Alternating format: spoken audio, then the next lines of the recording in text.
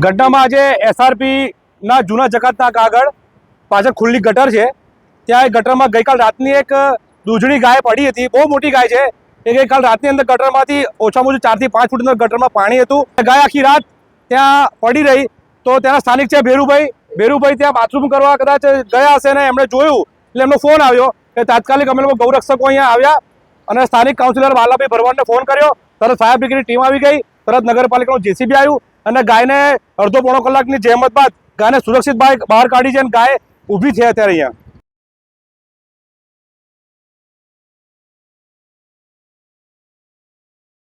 આજે બપોરે fire station પર મેસેજ આવેલો કે કપડંજ રોડ વોકરો નાકાની બાજુમાં એક ગટરની કુંડીમાં ગાય પડી ગયેલી. તેથી સ્ટાફ સાથે ઘટના સ્થળે પહોંચ્યા તો કુંડી થોડી ઊંડી હોવાને કારણે અને ગાય મોટી હતી, જેથી અમે નગરપાલિકામાંથી JCB મંગાવીને અને ગાય બહાર કાઢેલી છે.